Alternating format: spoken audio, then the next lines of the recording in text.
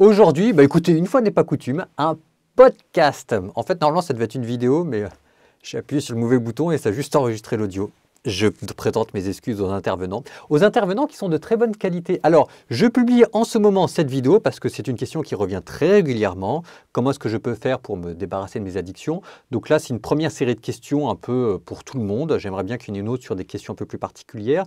Mais surtout, je la publie en ce moment parce que, vous en notez, pour ceux qui ont des problèmes, le 12 mars, Light in the Dark, c'est très bien Light in the Dark, c'est un truc fait par le diocèse de Toulon-Fréjus, propose un parcours avec un accompagnement, ça dure 30 jours, pour se libérer avec justement un des intervenants que vous allez écouter, Tanguy Laforgue.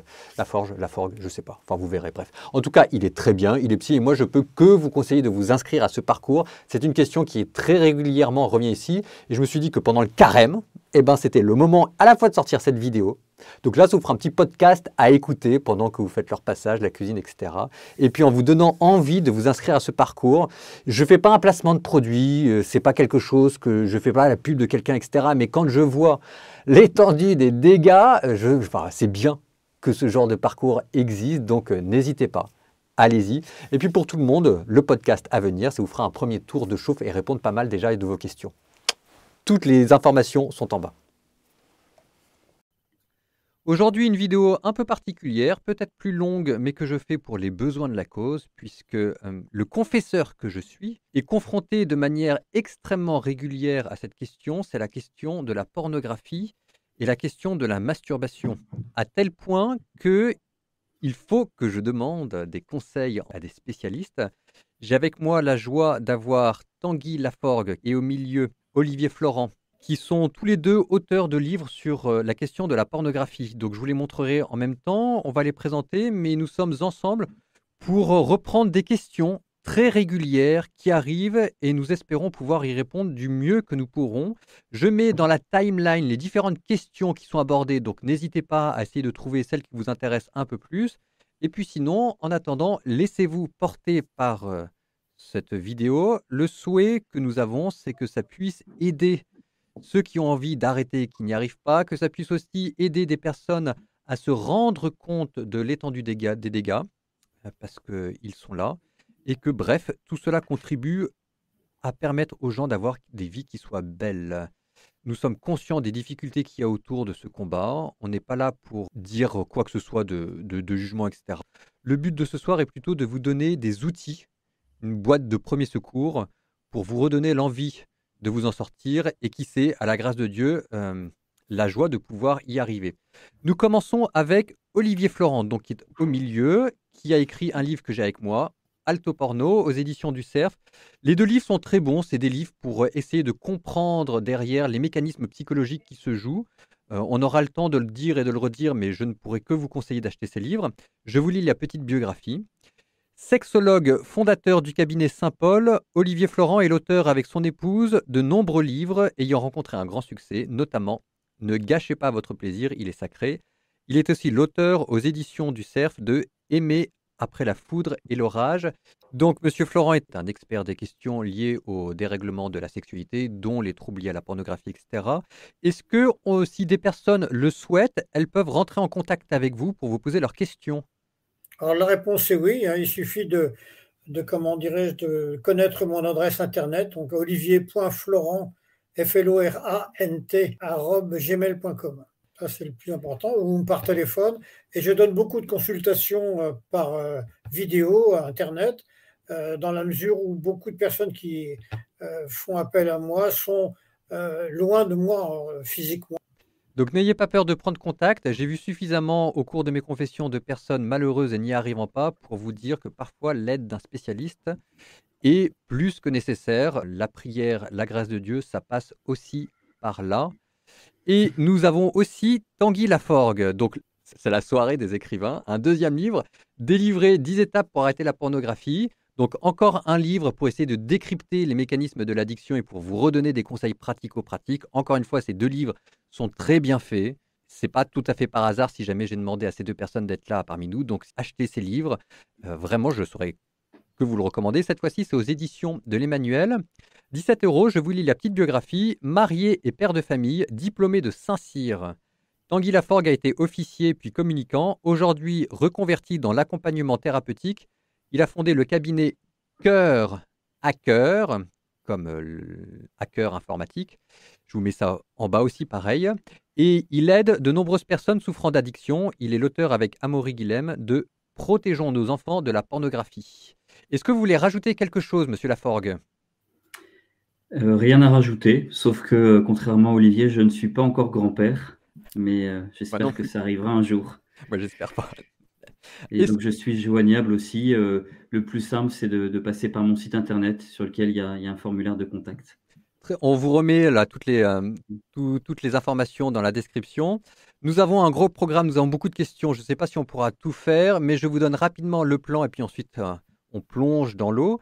Nous allons avoir une première batterie de questions sur état des lieux, les statistiques, est-ce que ça concerne beaucoup de personnes. Ensuite, on aura une autre batterie de questions sur des idées reçues que j'ai de manière régulière, soit par des commentaires sur YouTube, soit en MP sur Instagram, soit que je peux avoir dans les discussions avec les étudiants d'aumônerie, etc. Donc, casser quelques idées reçues. Puis ensuite, on va parler de conseils pratico-pratiques, d'addiction. On s'arrêtera un peu plus spécifiquement sur addiction. Et on aura une dernière partie sur des questions un peu plus précises et un peu plus délicates, sur des questions que moi, je me pose en tant que confesseur, parce que parfois, je suis confronté à des problèmes qui sont difficiles. Nous aurons, faites attention, nous aurons au cours de cette vidéo parfois un langage cru. Je sais que nous sommes sur YouTube et que peut-être des enfants de 12 ans, 13 ans tomberont sur cette vidéo. Malheureusement, c'est peut-être nous qui aurons encore le langage le moins cru. On parlait de statistiques. Moi, quand j'étais professeur, on me disait qu'il y avait un enfant de 6e sur 2 qui avait déjà été confronté à la question de la pornographie. Donc, je prends le choix de dire qu'il y aura peut-être des expressions crues, mais que voilà le monde dans lequel nous vivons. Et nous commençons tout de suite avec état des lieux. Si jamais je vous demande des statistiques, est-ce que c'est quelque chose qui concerne beaucoup de personnes, les problèmes liés à la pornographie et à la masturbation? Alors la réponse est oui, ça, dans tous les pays, comment dirais-je, où il y a Internet, il y a une majorité de gens qui ont regardé du porno et une forte minorité de gens qui peuvent même être accros au porno, dépendant de la pornographie. Il faut bien distinguer les deux choses, on en reparlera. Donc ça touche autant, enfin plus les hommes que les femmes, mais la consommation de pornographie pour les femmes augmente énormément depuis 10 ans, ce qui fait qu'en gros, on a 80% des gens qui ont vu des films pornographiques chez les hommes et à peu près 50% chez les femmes. Quand vous disiez qu'il y avait une forte minorité de personnes accros, Oui, parce qu'il faut distinguer le fait de regarder de temps en temps un film pornographique ou de la pornographie, et puis le fait de ne pas pouvoir s'empêcher d'en regarder, soit une fois par semaine, soit une fois par jour, soit plusieurs fois par jour quand on est vraiment accro, parce que être dépendant, c'est comme pour l'alcool ou pour une drogue quelconque, on ne peut pas s'empêcher d'y avoir recours. alors là, on serait plutôt dans l'ordre de 30%, 20%. Alors ça dépend de l'âge, c'est très très variable. Chez les jeunes, on peut considérer déjà que à 80%, ils ont déjà tous vu un peu du porno avant l'âge de 14 ans, que les plus jeunes commencent à regarder avec les téléphones portables, si ce n'est le leur, du moins ceux de leurs amis dans la récréation au collège, avant même l'âge de 10 ans. Ok, moi je rajoute juste en tant que prêtre que dans les confessions que je reçois, c'est environ une confession masculine sur 2. Et que je dis ça aussi pour les filles, parce que c'est vrai que non seulement ça augmente, mais il y a encore, à mon sens, trop de filles qui ne sont pas au courant des difficultés que peuvent rencontrer leur amoureux, leur chéri, et qu'il y a toujours un moment délicat dans les préparations au mariage où la fiancée découvre que son fiancé a des problèmes, alors qu'il lui a fait une confession dans le sens d'une grande confiance, et que ça, mesdemoiselles, il faut aussi que vous disiez ou que vous soyez prêts à entendre les difficultés que peuvent rencontrer les hommes. Je passe à une autre question un peu plus large, mais c'est bien, ça permet aussi de camper le terrain. Pourquoi est-ce que la pornographie est si attirante? La pornographie est attirante tout simplement parce qu'elle parle de la sexualité. Et la sexualité, ça suscite la curiosité. La sexualité, c'est la reproduction. Forcément, c'est quelque chose qui est profondément ancré dans le cerveau. Donc, personne n'est insensible aux questions de sexualité. Et puis, j'ajoute que la pornographie a quelque chose d'addictogène en elle-même. En tout cas, elle a un pouvoir d'attraction qui est très fort. un pouvoir de sidération.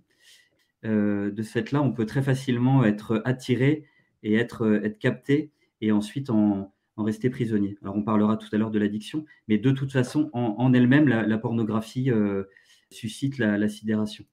Une question qui me paraît très importante, donc je vous demanderai votre avis à tous les 2, c'est que régulièrement, j'ai la question suivante: les gens ne voient pas le mal. Ils se disent que, ils sont derrière un ordinateur, qu'ils font de mal à personne et que c'est une fois en passant et que, c'est entre guillemets «un plaisir solitaire». Donc la question est, qu'est-ce que vous diriez à quelqu'un qui ne voit pas le mal de regarder des images porno? Et puis ensuite on parlera de la masturbation, mais là juste les images porno. Qu'est-ce que vous diriez à quelqu'un qui ne comprend pas que c'est mal? Alors, je veux bien répondre en premier. D'abord, moi, quand je réponds à cette question, quel que soit le public que j'ai en face de moi, je ne parle pas en termes de bien ou de mal. D'abord, je préfère parler de risques, les risques pour soi. Et il y a des risques pour des personnes mineures, mais également pour des majeurs. Il y a un certain nombre de risques à regarder de la pornographie. Il y a tous les risques qui sont liés au formatage mental, c'est-à-dire que quand on regarde de la pornographie, on finit par penser ce qu'on voit et la pornographie véhicule un certain nombre de visions sur la sexualité. Donc on regarde, on finit par penser et derrière, il y a aussi des risques en termes comportementaux.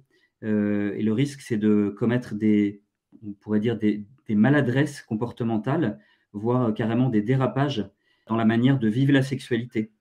Je peux donner un exemple tout bête, hein.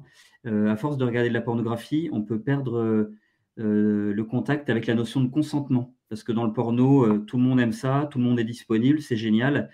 Mais en fait, dans la réalité, c'est pas toujours oui. Voilà, donc ça, c'est un exemple. Et d'autre part, j'aime bien dire que la pornographie est un problème en elle-même. Et il y a un certain nombre là encore, sans faire de la morale, il y a un certain nombre de considérations philosophiques, sociologiques ou éthiques que l'on peut prendre en compte qui permettent de comprendre pourquoi c'est un problème. C'est un problème d'abord parce que la pornographie donne à voir une sexualité qui est totalement immature. Alors, par exemple, une sexualité qui est focalisée sur le génital. Or, une relation sexuelle, c'est pas que le génital. À partir du moment où le porno montre cette sexualité, il l'encourage. Voilà, donc c'est un problème en soi. La pornographie, c'est aussi un problème parce qu'elle est intrinsèquement machiste. C'est d'abord un truc fait par des mecs pour des mecs, parce que l'excitation visuelle, ça concerne d'abord les hommes. Et puis dans la pornographie, il y a quand même un modèle prédominant, même si on trouve de tout, c'est ce modèle selon lequel l'homme domine la femme et puis on tire du plaisir. Et puis il y a un certain nombre d'autres raisons pour lesquelles c'est un problème. Par exemple, le fait que c'est la production, la réalisation, la production de porno, c'est totalement contraire à la dignité de la personne. Et même si on veut bien nous faire croire qu'il y a des gens qui sont consentants, qui sont même payés pour ça, quand on va voir un peu dans les coulisses, on voit bien que la liberté, elle est très peu présente et qu'il y a beaucoup de personnes qui sont blessées et qui sont exploitées. Et pour le dire autrement, c'est un vaste système esclavagiste. Voilà. Et puis il y a plein d'autres raisons que je ne vais pas développer parce que ce serait trop long.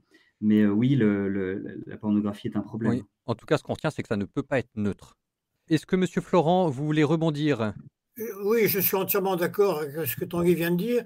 J'ajouterais que la pornographie, il l'a dit d'une certaine façon, est le mauvais moyen de comprendre la sexualité pour réussir une sexualité de couple. Alors pour une personne qui envisage une vie en couple et de rendre heureux son partenaire ou sa partenaire dans les relations humaines et donc sexuelles et donc corporelles, eh bien la pornographie, c'est vraiment le truc à pas suivre parce que c'est fait pour exciter les gens et ce n'est pas fait pour respecter les gens.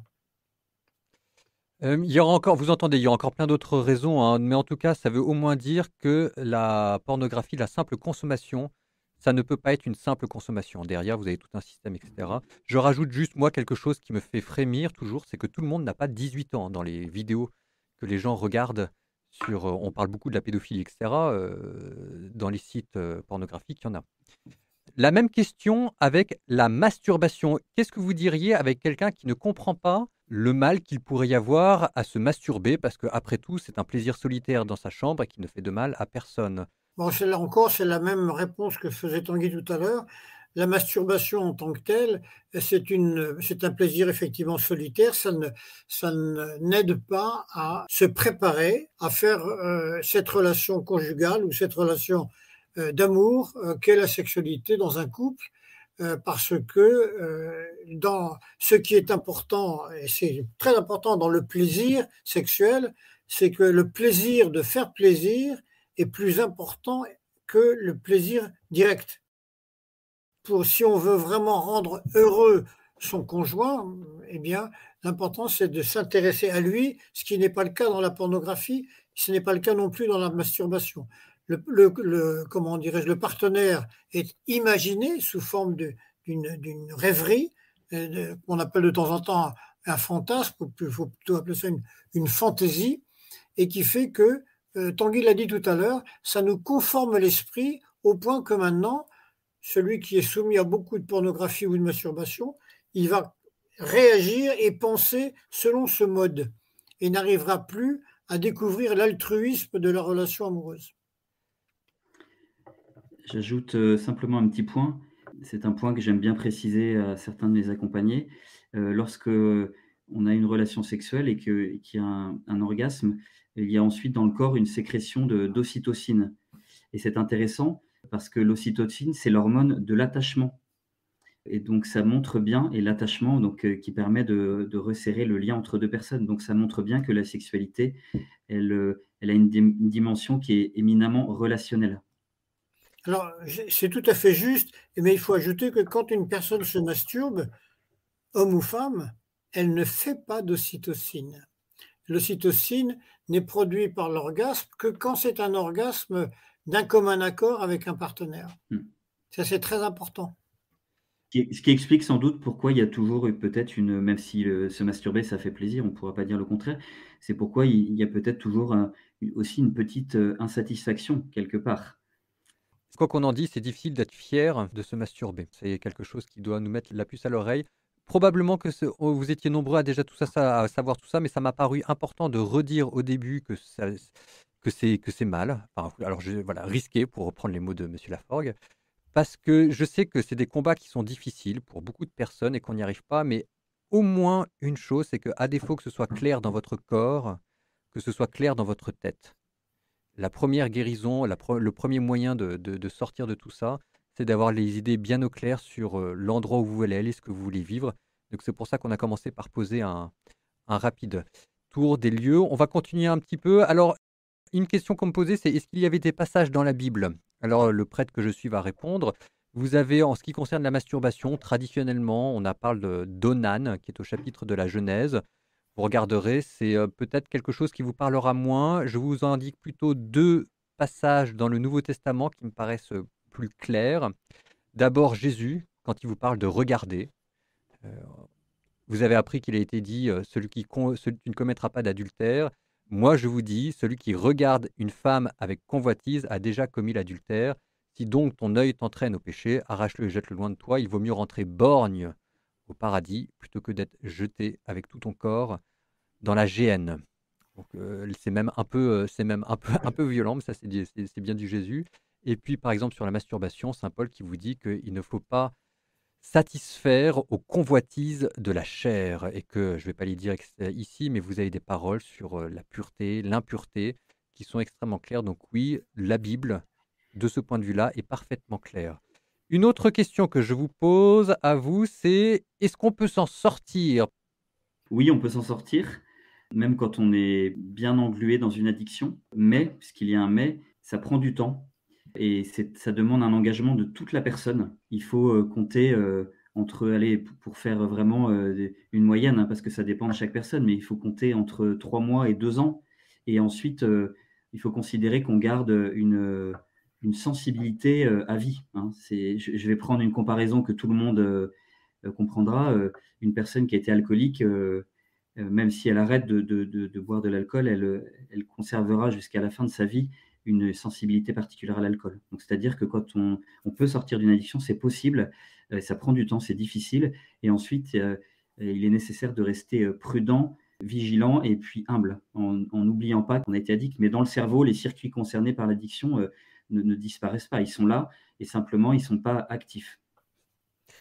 Alors, j'ajouterai une chose, c'est que c'est beaucoup plus difficile de sortir d'une addiction si on est seul, isolé, et que la grande force pour réussir, c'est d'être aidé de l'extérieur, soit par un professionnel, soit par une communauté de copains ou autres Mm. qui se disent ben, on va ensemble sortir. Et ça marche très bien. Et d'ailleurs, il existe un groupe qui s'appelle les dépendants affectifs et sexuels anonymes, qui fonctionne selon le même mode que les alcooliques anonymes, avec le même protocole, et c'est une question d'entraide pour qu'on se sente beaucoup plus fort. On est beaucoup plus fort face à la tentation quand on n'est pas tout seul. Alors vous retrouverez dans les livres, hein, je vous le redis, les 2 livres, d'Olivier Florent et de Tanguy Lafort. Il y a encore plein de conseils et cetera. On les reprendra. Je repose la même question, mais en sens inverse cette fois-ci. Est-ce que ça vous est déjà arrivé d'avoir des personnes qui n'y sont pas arrivées? Et qu'est-ce qu'on dit? Qu'est-ce qu'on fait dans ces cas-là? Ah oui, oui, bien sûr, mais il y a déjà un certain nombre de personnes qui peuvent avoir des handicaps psychiques par rapport au contrôle d'eux-mêmes. Des gens qui ne contrôlent pas leurs émotions, et puis des gens qui sont, comment dirais avec des difficultés mentales comme comment dirais-je, l'autisme ou la bipolarité ou la schizophrénie.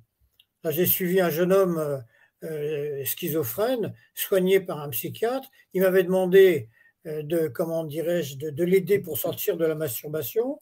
Et puis finalement, au bout de 3 mois, il m'a dit bah, finalement non, je renonce à mon projet d'arrêter parce que c'est le seul plaisir que j'ai. Oui, il y a des personnes qui jettent l'éponge en cours de route. Un ingrédient vraiment important pour s'en sortir, c'est la motivation. Et donc, quand on se lance dans une démarche pour arrêter, enfin, pour sortir de son addiction, il est capital d'avoir une vraie motivation, de l'entretenir. Et souvent, c'est ce qui peut faire défaut. Donc vous entendez ce que vous disiez aussi Tanguy juste avant, ça peut prendre du temps. Et puis Oui, aussi, c'est ce qu'on disait, que c'est dans la tête, donc la motivation aussi, savoir le oui. sens que vous voulez donner à votre vie et que ne jamais abandonner le combat. Oui, juste un point, ce que vous venez de dire est très important, c'est qu'effectivement, on a besoin d'avoir un sens, une direction générale, savoir qui on veut être, qu'est-ce qu'on veut faire de sa vie.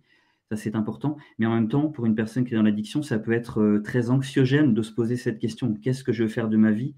Et donc, parfois, il faut aller par étapes, trouver une motivation qui soit davantage raccrochée au quotidien, à des petits objectifs, mais pas mettre forcément la barre trop. Il est important de cette question, in fine, il faudra y répondre, mais pas forcément tout de suite, pas trop vite. Moi, je dois dire que les gens qui viennent me voir, automatiquement, on va travailler d'abord sur la motivation, sur le sens de leur vie. Alors, il y en a un qui arrive très fréquemment, c'est des gens qui viennent de rencontrer, par exemple, une jeune femme ou une jeune fille, ou qui vont se marier, qui sont fiancés, et qui me disent, j'ai envie d'arrêter parce que je ne veux pas être soumis à la pornographie ou à la masturbation, ou les deux en même temps, généralement. Quand je serai en couple avec elle, je ne veux pas, comment dirais-je, aborder la vie conjugale avec cette tare qu'est la masturbation et la pornographie.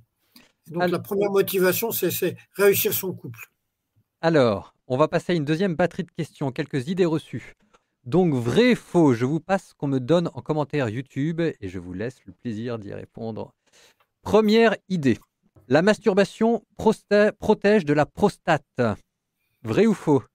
Alors c'est complètement faux. La masturbation, je veux dire, la prostate, elle va contenir le sperme au moment où on a du désir sexuel, et dès que le désir sexuel est arrêté, même sans rapport sexuel, eh bien, la décongestion de la prostate va être automatique. Et les spermatozoïdes qui sont produits ne sont pas stockés indéfiniment dans la prostate, ils sont mangés par les globules blancs au bout de quelques jours, quelques dizaines d'heures. Autant on a besoin de boire et de manger, on n'a pas besoin d'avoir de la sexualité. Donc voilà, vous entendez, je rajoute juste aussi que la fameuse étude qui a montré qu'il y avait encore que ça protégerait du cancer de la prostate n'a jamais été confirmée et que vous avez plein d'autres études qui disent le Mm. contraire. Deuxième idée, se masturber, ça peut faire du bien dans le sens où ça permet de découvrir son corps. Ça, c'est plutôt les filles qui me disent ça, que c'est une manière de s'approprier son corps et ensuite, quand on passe à, entre guillemets, la véritable sexualité, d'y aller en connaissance de cause, plus en douceur, etc. Donc, un phénomène d'initiation. Vrai ou faux? Alors moi je dirais que c'est vrai, effectivement, ça permet de découvrir son corps, avec un risque, c'est d'en devenir esclave. Et la deuxième chose, c'est que quand on ne veut pas, par exemple, se masturber, c'est une bonne raison, mais il faut pas non plus que ça soit par peur de la sexualité. Vous voyez, il ne faut pas que ce fait de dire moi je veux pas, etc. avant le mariage. Oui, mais est-ce que il faut bien réfléchir, est-ce que ça vient d'une peur de la sexualité? Et là, il faudra traiter le problème de la peur autrement. C'est la raison pour laquelle je tiens toujours un discours très prudent sur la masturbation. Et d'ailleurs, avec les personnes qui souffrent d'addiction, il faut être dans ce discours ajusté, hein. Pas culpabiliser. Il faut pas faire peur aux gens, effectivement. Il faut pas faire peur aux gens parce que sinon, on va se couper de la masturbation, on va pas se masturber, mais du coup, on va rejeter tout le reste avec. On va jeter le bébé avec l'eau du bain. Donc attention. Nous passons à une autre idée reçue. Se masturber, c'est bien parce qu'on en a besoin, notamment tous les 3 jours, on a besoin de se vider les testicules. Alors ça, c'est une bêtise énorme, parce que comme je le disais tout à l'heure, les testicules ne contiennent pas de sperme, elles contiennent des cellules microscopiques qu'on appelle les spermatozoïdes et qui sont, comment dirais, stockées pendant quelques jours et qui sont mangées par les globules blancs dès que, comme toutes les cellules, elles ont atteint leur durée de vie normale. Alors, éventuellement, on peut avoir des systèmes de régulation automatique qui s'appellent les éjaculations nocturnes, qui ne sont pas liées à des pensées érotiques du sommeil, mais qui sont une gestion automatique de la prostate. Complètement faux, donc, mais c'est quelque chose que, quand j'ai fait mon service militaire, les jeunes soldats que j'avais sous ma responsabilité me disaient, mais mon lieutenant, il faut bien que ça sorte. Non, le sperme, il va entièrement. Alors, le liquide séminal, il va se retransformer, si on ne s'en sert pas, en sérum et ça va retourner dans la circulation sanguine. Ça marche tout seul. C'est ça, j'ajoute, je dis souvent à mes accompagnés qu'il ne faut pas instrumentaliser son corps. Notre corps est bien fait et voilà, il se débrouille très bien tout seul pour un certain nombre de choses. Donc il ne faut pas instrumentaliser son corps voilà, pour légitimer un plaisir. Alors, une autre idée reçue, je parlais de la culpabilité, c'est que j'ai énormément de personnes que ça stresse de manière, je trouve, disproportionnée. Et la première question qui revient souvent de la part de catholiques pratiquants, c'est: est-ce que c'est un péché mortel? Vous faites attention, sur cette question-là, c'est quelque chose qui est compliqué et ce n'est pas à vous de savoir si jamais c'est un péché mortel ou pas. Vous avez des confesseurs qui peuvent vous aider à évaluer la situation. Ce que vous dit le catéchisme de l'Église catholique, c'est que pour qu'un péché soit mortel, il faut que c'est matière grave, il faut qu'il y ait consentement et il faut qu'il y ait liberté. Le catéchisme de l'Église vous dit qu'il y a matière grave. Donc ça, je ne vais pas vous dire le contraire. Donc ça veut dire que ça ne peut jamais être anodin. Par contre, et là je vous cite le catéchisme de l'Église catholique, pour former un jugement équitable sur la responsabilité morale des sujets et pour orienter l'action pastorale, on tiendra compte de l'immaturité affective. Donc ça, par exemple, un ado qui a 14 ans, ou même autre chose, ça peut être que l'immaturité affective, ça peut continuer après, de la force des habitudes contractées, de l'état de l'angoisse, d'autres facteurs psychiques ou sociaux, quand on est bombardé de pop-up aguicheurs, qui peuvent atténuer, voire réduire au minimum la culpabilité morale. Bon, alors, vous entendez ce que je vous ai dit, donc tout ça, c'était pour vous dire que vous ne pouvez pas considérer que c'est anodin, ça c'est clair, c'est ce que vous dit le catéchisme, mais si jamais on met tous les ados et toutes les personnes qui se masturbent en enfer, on ne va pas s'en sortir. Donc n'allez pas trop vite là-dedans, c'est le prêtre qui est là et qui est là pour vous élever. Je ne sais pas si vous, par rapport à ça, vous voulez réagir. Une chose, vous avez utilisé un mot important, c'est habitude. Donc quand on dit habitude, forcément, ça fait penser à addiction. Une addiction, c'est une très mauvaise habitude. Donc une personne qui souffre d'addiction, eh bien, une grande partie de sa responsabilité, une immense majorité de sa responsabilité n'est pas engagée. Alors, ça, c'est important de le dire. Donc c'est pas du tout c'est ni un péché grave ni un péché mortel pour une personne qui souffre d'addiction. Donc vous entendez bien ce qui a été dit. Que ce soit bien clair quand on vous dit tout ça, c'est pas pour vous dire que c'est bien ou que vous pouvez y aller, etc. C'est pour vous dire que c'est pas à coup de culpabilité que vous allez vous en sortir. C'est pas ce que vous dit l'Église et ça respire pas non plus l'Évangile que de faire culpabiliser outre mesure les gens pour ça. On veut des hommes libres et debout. Et j'ajoute un point, frère, c'est que le sentiment de culpabilité, ça inhibe la confiance en soi et l'estime de soi. Or, ces éléments, on en a besoin pour changer, pour avancer. Donc, le sentiment de culpabilité, c'est un boulet qu'il faut laisser au bord de la route. Oui, on aura peut-être l'occasion d'y revenir parce que la gestion de la culpabilité me paraît quelque chose d'extrêmement important Mmh. sur le long terme. Dernière idée reçue, se masturber, c'est bien parce que ça me permet d'éviter de me mettre en colère et un petit plaisir de temps en temps, bah, ça reste un petit plaisir de temps en temps. Ça me permet d'être plus détendu. Bah, c'est pas à ça que ça sert, hein. C'est pas la fonction de la sexualité, hein. C'est pas la fonction du plaisir sexuel. Alors certes, ça procure une détente, mais c'est pas à ça que ça sert. Donc, si on utilise, ce moyen-là pour, gérer ses émotions, bah, on oublie de travailler, sur le fond, la gestion des émotions et ça finit par poser des problèmes. Et d'ailleurs, c'est comme ça qu'on peut, perdre le contrôle et tomber dans une addiction. Vous entendez tout ça? On va passer maintenant à une autre batterie de questions, un peu plus pratico-pratique. Donc, je crois quand même qu'on peut dire que le premier conseil, en tout cas celui que je donne très, très, très, très, très souvent, c'est les filtres sur internet, parce qu'on a quand même bien 75 des tentations qui viennent de là. Donc maîtriser, son environnement me paraît être important. Il y a plein d'autres trucs, mais il y a au moins aussi très régulièrement le filtre. On parle entre nous, quels sont les filtres que vous conseillez? Il en existe beaucoup. Ils sont de qualité, très inégale. On peut préciser aussi qu'un filtre, ça n'est jamais parfait, il y a toujours des failles. Donc celui qui attend, le filtre parfait pour s'y mettre, il va attendre longtemps. Moi, j'en utilise 2. Alors, je j'ai pas d'action, donc je toucherai pas de royalties en parlant. Il y en a un qui est très bien pour, contrôler les téléphones portables, il s'appelle Boomerang. Voilà, Boomerang contrôle parental, c'est vraiment très bien, mais ça ne marche que sur les téléphones. Et puis il y en a un autre qui est très bien aussi, qui a ses failles, je répète, mais qui est bien quand même, qui s'appelle Custodio. Et un avantage de Custodio par rapport à Boomerang, c'est qu'il permet de filtrer et les téléphones et les ordinateurs et les tablettes. Donc il est complet. Et d'ailleurs, c'est celui que j'utilise à titre professionnel, puisque dans le cadre de mes accompagnements, je propose un service de gestion des bloqueurs à distance. Et comme vous l'avez dit, on ne peut pas, pour sortir d'une addiction, il faut se déconditionner. Et c'est difficile de se déconditionner si on n'a pas un filtre efficace sur son appareil. Et puis, c'est aussi pour faire de la prévention et puis éviter de tomber, même accidentellement, sur des contenus inadaptés. Mais il faut qu'un ami sûr vous mette le code pour ne pas être tenté de le retirer pour regarder. Moi, j'utilise d'autres filtres. Là, vous avez entendu avec les mots de passe. Moi qui utilise énormément, l'ordinateur, la malchance que j'ai entre guillemets, c'est que je ne peux pas donner à quelqu'un un mot de passe parce que c'est pas assez maniable et cetera. Et puis même les filtres, hein, vous voyez sur, le fait de ça permet aussi de gérer aussi son temps. Donc moi, j'utilise un autre type de filtre pour autogérer. Ça veut dire que ça marche avec un système de délai. Ça veut dire qu'il y a le filtre qui est mis en place et puis, vous pouvez dire que dans 3 heures, vous avez le droit de changer la règle ou dans 5 heures. Je trouve que c'est en tout cas pour moi, c'est adapté. Vous avez entendu ce que vous disiez monsieur Laforgue, c'est vrai qu'il y a pas 2 filtres qui f tout il faut essayer. Donc les 2 que j'utilise moi sur l'ordinateur s'appellent Pluck Eye, je l'aime beaucoup. Et puis sur, le téléphone Android, c'est Truffle. Et si jamais les filtres sont payants, ben écoutez, ils sont payants.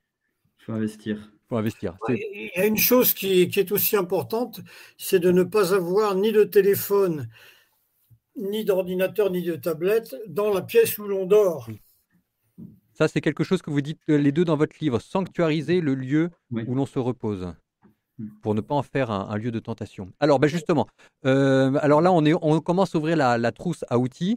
Je le redis encore une fois, vous avez compris, mais, si vous voulez la version développée, hein, c'est dans les 2 livres et encore une fois, vous cassez pas la tête, vous les lisez. En plus, ils se lisent bien.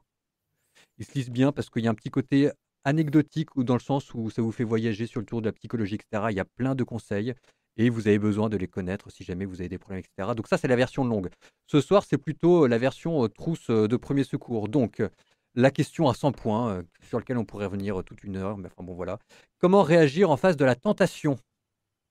Alors, la question de la tentation, on n'empêchera pas les tentations. L'important, c'est de savoir la reconnaître le plus vite possible. En fait, il faut comprendre qu'il y a un mécanisme neurologique, c'est que quand mon cerveau détecte un plaisir donné, que ce soit la nourriture, le sexe ou autre chose, si je réagis dans les 3 ou 4 premières secondes, eh bien, le cerveau n'a pas encore pris le temps d'envoyer un renfort de l'hormone du désir qui est la dopamine. Et donc, si je me dis stop à ma tentation dans les 3 ou 4 premières secondes, eh bien, ça va être beaucoup plus facile de résister. Et si on attend beaucoup plus longtemps, on n'arrive plus à dire non à sa tentation. La première chose, c'est que la tentation, il faut arrêter de l'appeler la tentation parce que déjà en disant la tentation, on lui donne un pouvoir qu'elle ne doit pas avoir. Alors évidemment, on se comprend quand on dit tentation, mais parfois une simple pensée qui arrive de manière involontaire à la conscience, tout de suite on la voit comme une tentation et du coup on veut lui sauter dessus à bras raccourcis et en lui sautant dessus à bras raccourcis, on la renforce et c'est comme ça qu'on finit par tomber. Euh, Parfois certaines pensées qui peuvent déclencher des envies, voilà, on leur donne une force qu'elles n'ont pas et voilà, donc le mot tentation parfois n'est pas adapté. Mais ce que je voulais dire, c'est qu'il faut avoir conscience que on a autour de nous des stimuli externes. Et donc, ce qui est important, c'est d'identifier tous ces stimuli et puis d'en éliminer le plus grand nombre possible. Et moins il y a de stimuli, moins les circuits dans le cerveau vont être activés. Et puis, il ne faut pas oublier non plus que les stimuli, ils sont aussi dans notre tête. Et toutes les émotions et tous les comportements disproportionnés, inadaptés, ils prennent toujours racine dans le cerveau. Et donc, il y a beaucoup de réactions en chaîne addictives qui commencent dans le cerveau par une simple pensée. Et donc, comme l'a bien dit Olivier, l'enjeu, c'est d'identifier les pensées au moment où elles apparaissent. Et si tout de suite, on a la bonne attitude, c'est-à-dire les laisser passer, voilà, penser à autre chose, faire diversion, et bien à ce moment-là, les envies vont décroître, vont s'arrêter. Alors, ça, c'est très important d'avoir une pensée de dissuasion. Et donc, c'est jamais la chose qui nous tente, c'est l'idée qu'on s'en fait. J'aime bien ce que dit Tanguy sur, parce que moi j'y vais avec mes gros sabots de curé, hein. Donc moi je parle de tentation, je parle de jeûne, je parle de péché, et cetera. Mais je vois bien que dans les cas qui sont vraiment atteints, et cetera, c'est pas forcément un vocabulaire qui aide parce qu'il y a des phénomènes de culpabilité excessive qui se mettent en place, des phénomènes d'obsession, et cetera. Donc j'aime bien le fait qu'on essaye de prendre la boîte à outils un peu plus psychologique, et pour penser les choses différemment. La notion de programme, parce qu'il y a plein de petites, il y a plein de conseils pratico-pratiques qu'on peut donner. On a parlé des filtres, on a parlé des pensées de dissuasion, je pourrais vous parler du jeûne, je pourrais vous parler de la confession, enfin bon bref, il y en a plein et puis chacun a les siens. Donc encore une fois, il y en a plein là-dedans. Mais il y a aussi la notion de programme, c'est-à-dire que quand on n'y arrive pas et cetera, on peut prendre des choses qui s'étalent sur, Tanguy le disait, 3 mois, 2 ans et cetera.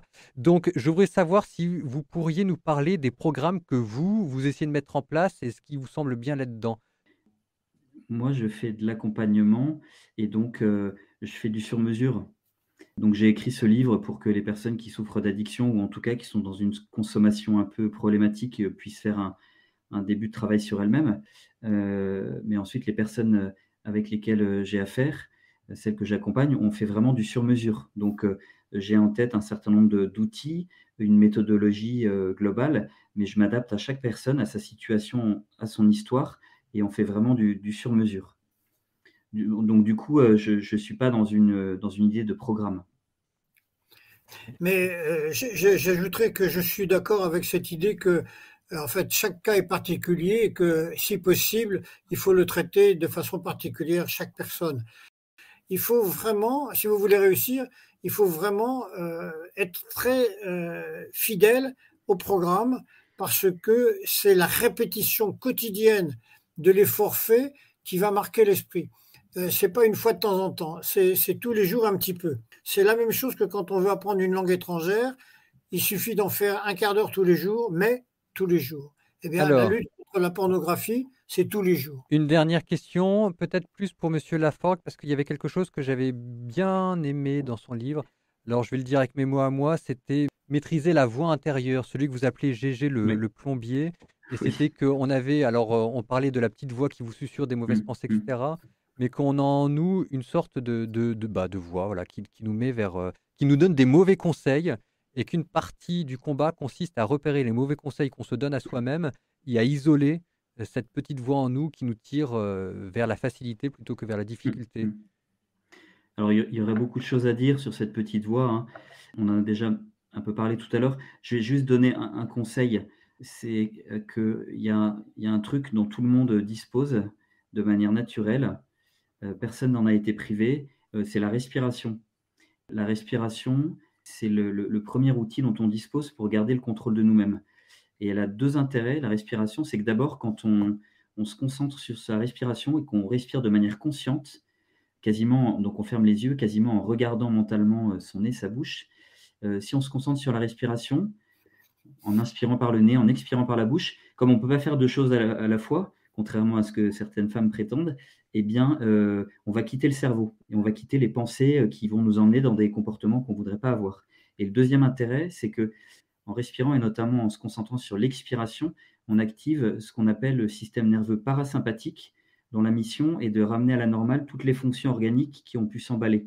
Et du coup, ça permet de prévenir l'excitation, l'emballement émotionnel, ou ça permet de le faire revenir à, voilà, de faire revenir à un niveau normal. Donc la respiration, c'est un truc tout bête sur lequel on peut travailler, et notamment, comme le disait Olivier, avec une pratique quotidienne. Voilà, ce sera la dernière question. Si vous avez un mot de la fin. Moi, je répète la chose que j'ai déjà dite parce qu'elle me semble le plus important, c'est ne cherchez pas à lutter seul. Si vous avez quelqu'un qui peut vous aider, saisissez cette chance d'avoir un ami, une amie, une fiancée, prêtre, ami, etc., pour être pris dans un réseau de relations. C'est quand on est seul ou quand on se croit seul qu'on fait des bêtises. Oui, même chose, hein. Si on sent qu'on n'arrive pas à se dépatouiller tout seul, se faire aider. Les personnes que j'accompagne, hommes et femmes, elles ont entre 16 et 79 ans. La personne la plus âgée que j'ai accompagnée avait 79 ans. Donc de grâce, si vous avez une difficulté, n'attendez pas 79 ans pour demander de l'aide. Voilà, il vaut mieux demander de l'aide à 16 ans et traiter le problème tout de suite que d'attendre des décennies. Un grand merci pour toutes ces questions. Donc, je le redis, vous allez me dire que je me répète, mais c'est pas grave. Le but de ce soir n'était pas de sortir toute la panoplie, etc. C'était plutôt pour essayer de motiver, pour essayer de vous donner des petits trucs, etc. Si vous voulez la version plus approfondie, les 2 livres, hein, Halte Porno, Olivier Florent. Délivrer 10 étapes pour arrêter la pornographie. Il y a les liens qui sont en bas. Mon conseil serait d'acheter les 2 parce qu'en fait, les deux traitent de la même chose tout en parlant différemment, etc. Et tout ce qui peut vous motiver pour y arriver, c'est bien. Et que, encore une fois, tout ne se résout pas à coup de confession et de prière, même si on aimerait que ce soit vrai. J'ai suffisamment d'expérience en tant que confesseur pour vous le dire. Donc, n'hésitez pas à dépenser de l'argent sur les filtres, à acheter des livres. Vous avez tous les contacts si vous voulez rentrer en contact avec Monsieur Florent ou Monsieur Laforgue. Un grand merci à vous 2. Je prie Merci, pour Raph. ce que vous faites en espérant que ça puisse faire le plus de bien autour de vous. Je me rends compte de la difficulté, j'allais dire du ministère que vous exercez, mais oui, je pense que c'en est un. Un grand merci à vous 2.